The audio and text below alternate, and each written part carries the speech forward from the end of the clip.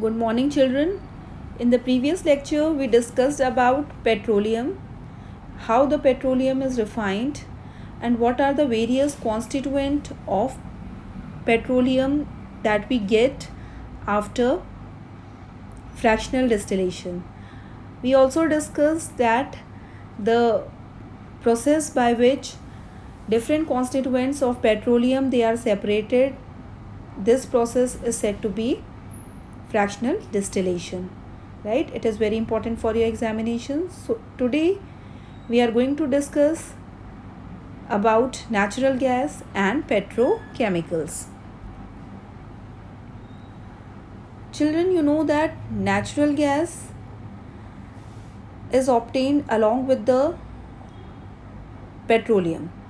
Okay, now this natural gas consists mainly of methane with small quantities of ethane and propane.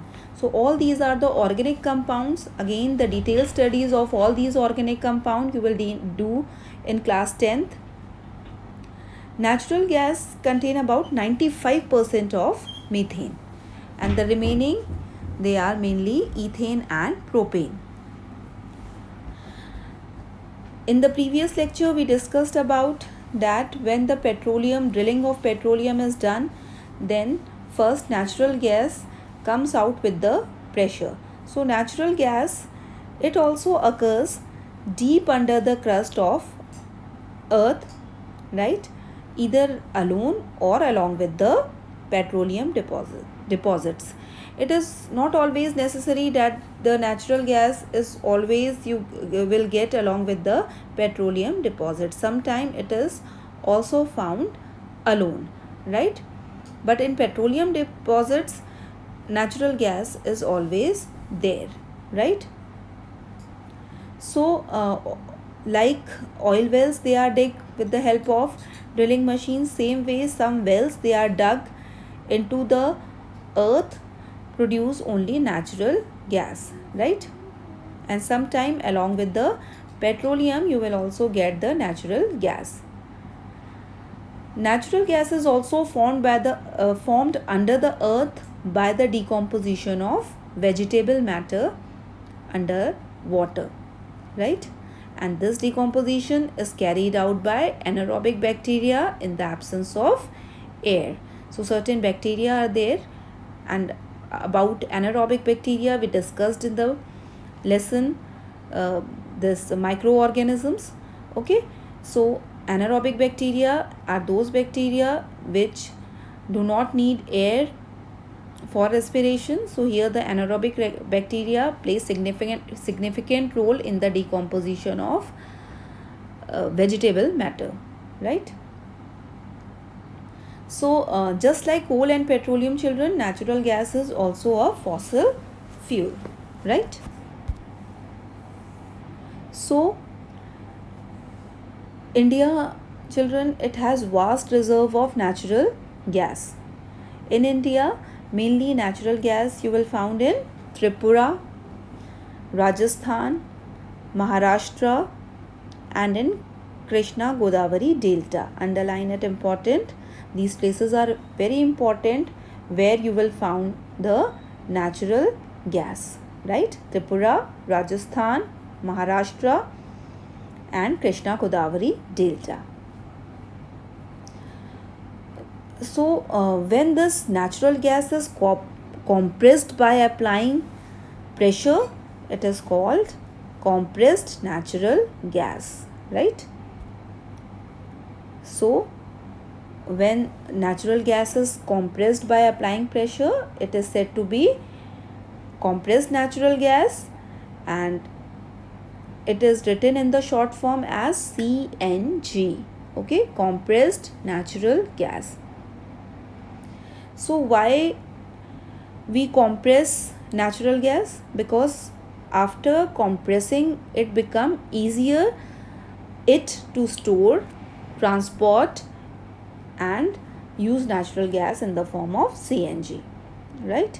So children, CNG is a very clean fuel because it burns without producing smoke and it does not cause pollution. So CNG, the use of CNG has many advantages, right? Due to these two properties, that it doesn't produce smoke, so it will not cause air pollution, and right, and it is a quite clean fuel. Now compressed natural gas, right? This is the symbol for CNG. Wherever CNG, you will get CNG, then this symbol is there, right?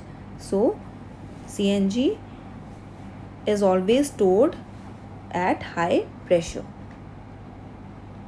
Now advantages of using CNG.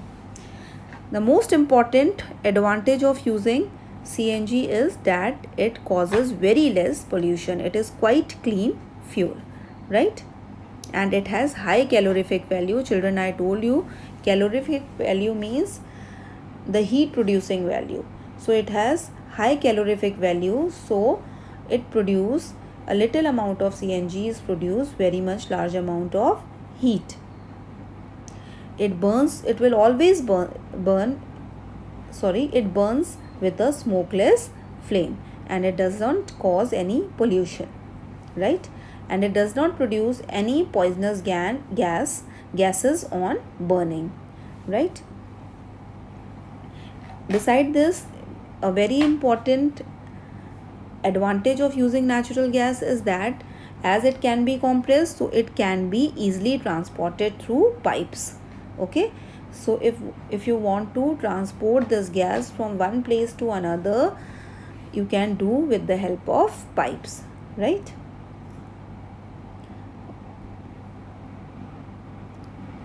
Now its uses, right? Natural gas, it is used as a fuel in automobiles. Okay, it is used as a starting material for manufacturing of many chemicals and fertilizers. So many fertilizers many fertilizers and chemicals, they make use of in which the starting material is CNG, right? Okay, now currently huge network of pipeline in Vadodara, you will see in Vadodara a huge network of pipelines they are there which are supplying natural gas. Beside this, in some areas in Delhi also natural gas is supplied through pipes, right? And one very important use of natural gas, that it is a starting material for manufacturing many chemicals and fertilizers, right? So the uses of CNG, it is very important for your examination.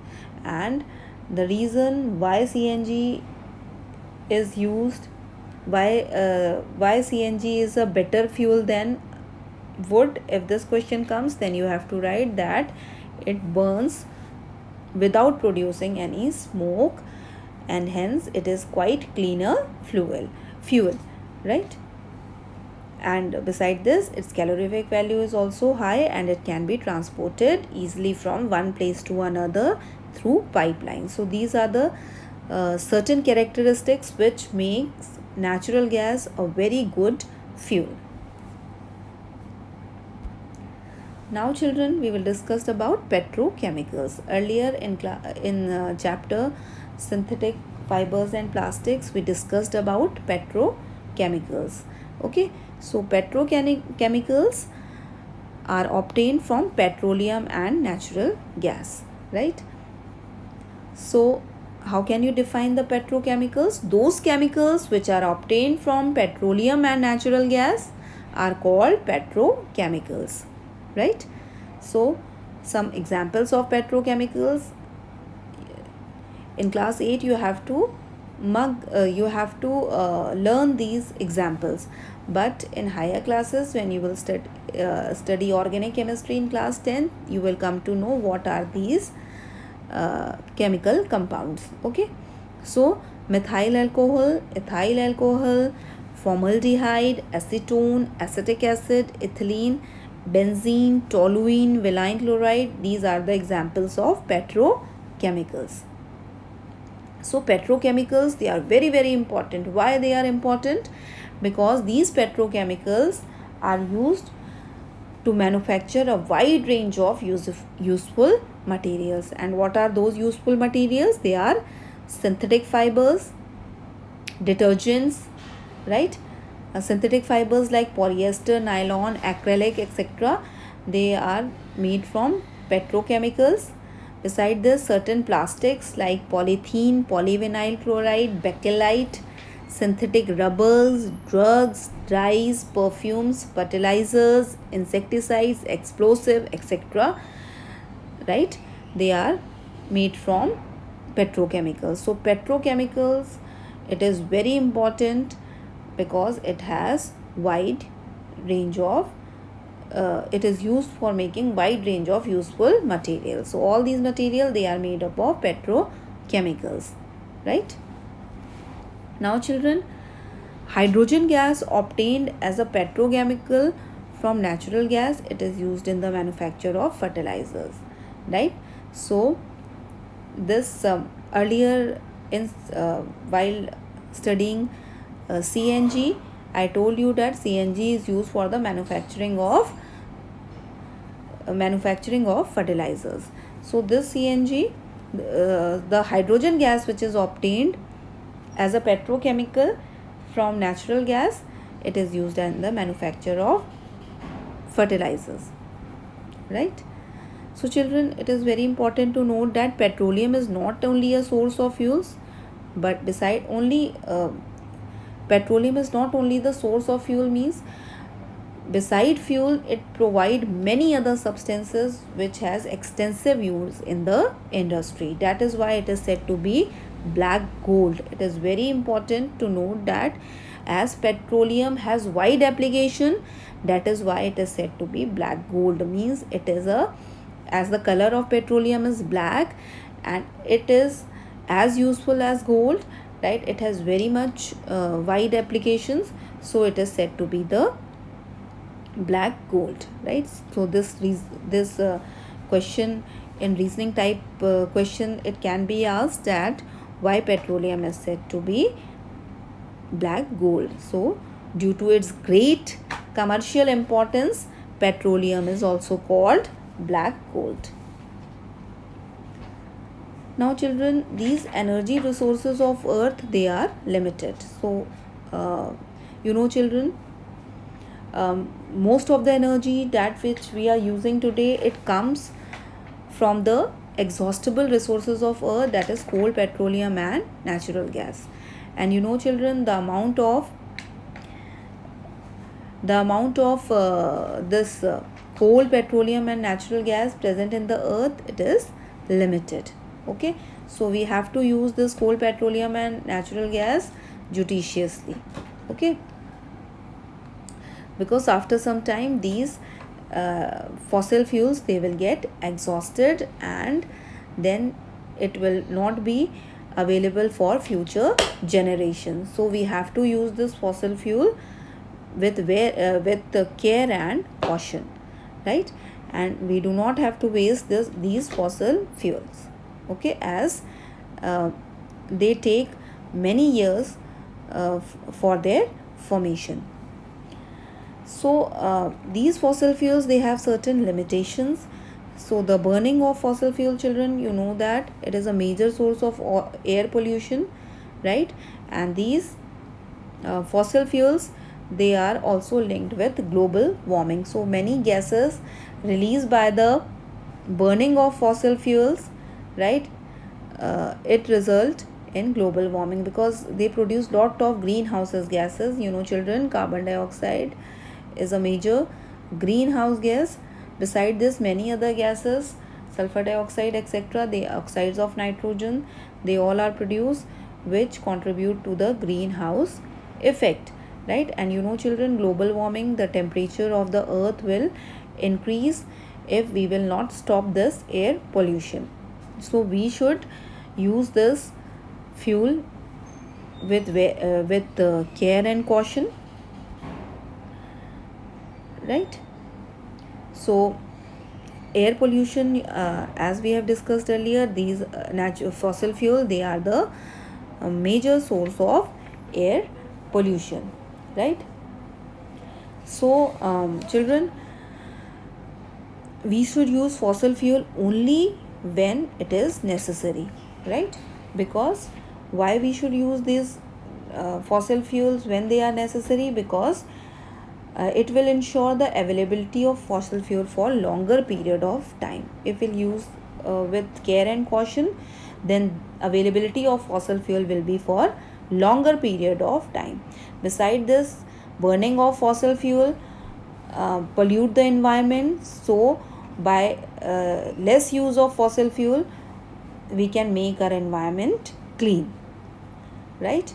And less use of fossil fuel also reduce the risk of global warming, right?